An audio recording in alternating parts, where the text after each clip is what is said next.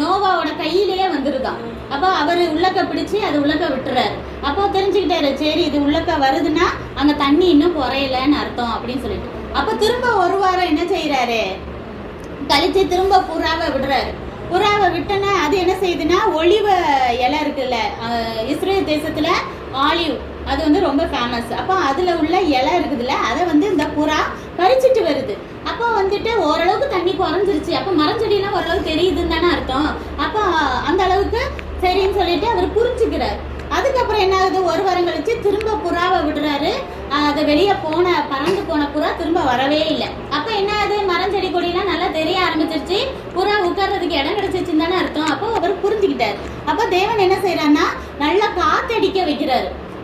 காத்தடிச்சா என்ன ஆகும், மழை நின்றும்ல சொல்லுவாங்களே, காத்து ரொம்ப அடிச்சாலும் மழையே பெய்யாதுன்னு சொல்லுவாங்களே, அது மாதிரி நின்றுது. பூமியில தண்ணி கொஞ்சம் கொஞ்சமா வத்த ஆரம்பிச்சு எல்லாம்